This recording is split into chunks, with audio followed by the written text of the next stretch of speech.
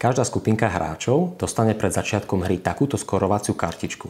Do každej kartičky sa môžu zapísať maximálne 4 hráči a nájdú tu informácie o každej jamke. Dĺžku v metroch a par.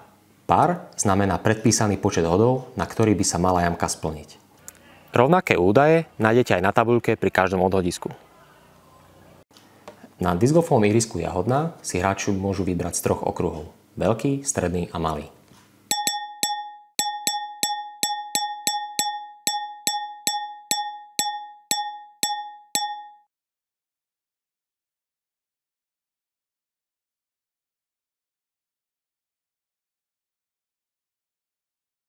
Pri skupinovej hre z odhodiska odhádžu všetci hráči postupne.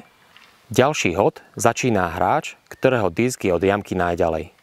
Takto to pokračuje, až kým všetci hráči netrafia disk do jamky.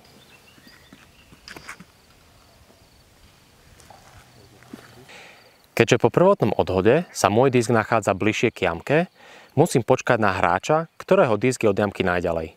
Tento hráč hádže z miesta, na ktoré dopadol jeho predchádzajúci hod.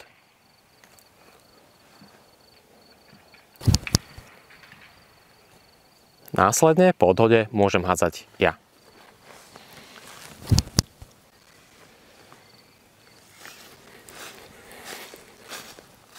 Pri finálnom hode do jamky používam disk typu putter.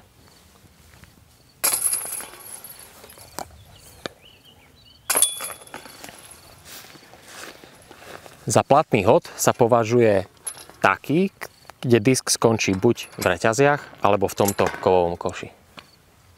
Na našom ihrisku je špecifická jamka číslo 1, kde je hráč povinný obhodiť stĺp s osvetlením, tak ako označuje šípka. V discgolfe sa to označuje aj ako mando.